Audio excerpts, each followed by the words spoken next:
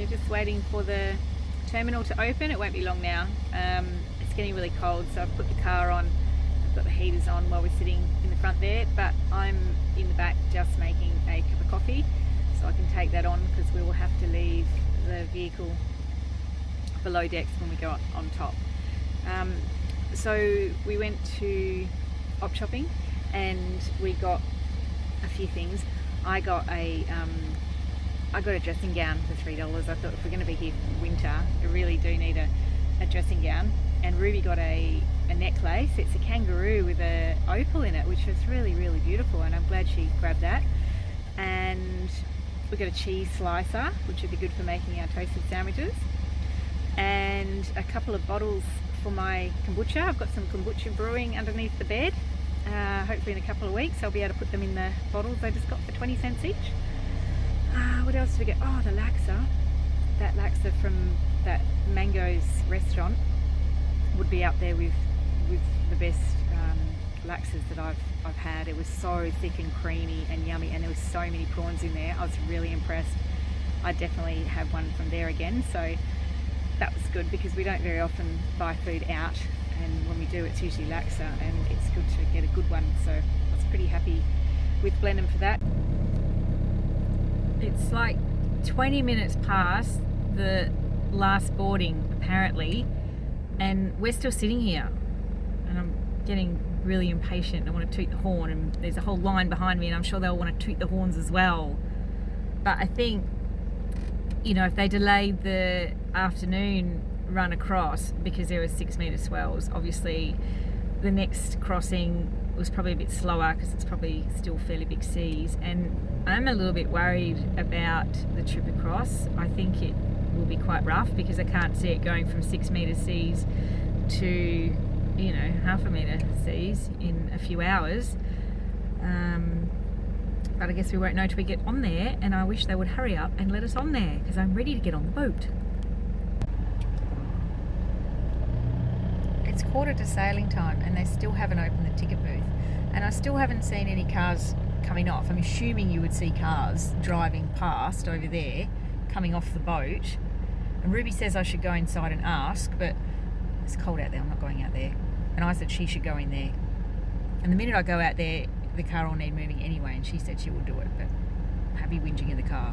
And if that guy that just pulled up in that next to us, if he thinks he's getting in front of us, he's got another thing coming, because he's not, because I've been waiting here longer than he has. I wish they'd hurry up. It's 5 minutes to 7 and we've got a bit of high vis happening out here, a couple of lights going on. Exciting times. Well, there's no point getting impatient.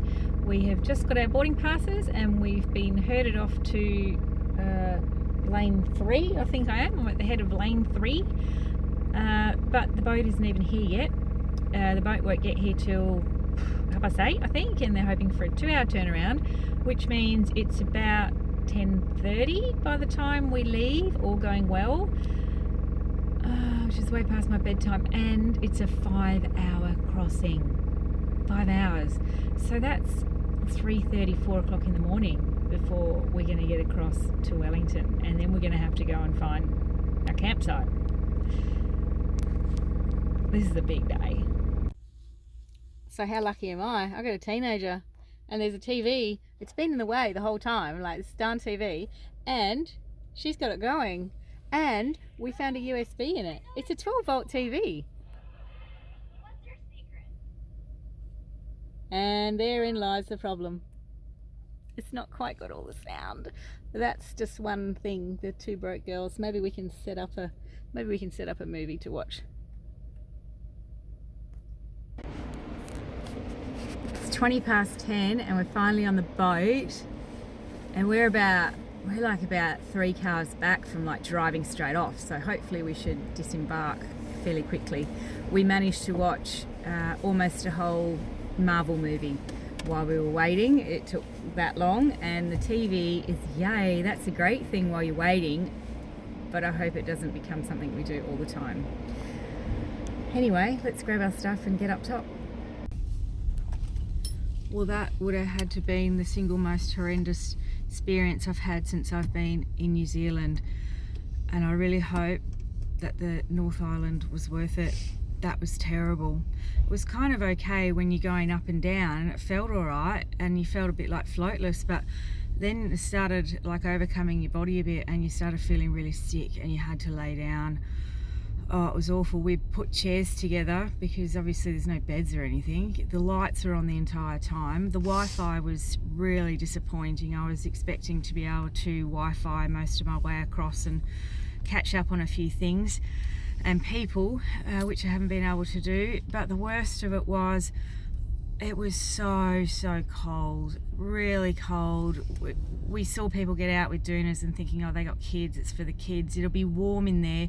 The only reason I had a jacket on is because I was going to take it off and use it as like a pillow. I've had to lean, lay down, and I couldn't, and it was freezing. My beanie's still wet, still trying to get dry. So yeah, and, well, I didn't expect to go across at night, I guess. I didn't expect to go across when it was so cold. So I'm glad I'm out of there, and I just want to go and lay down somewhere and let my guts get back to normal, because I just feel awful. It's horrible feeling.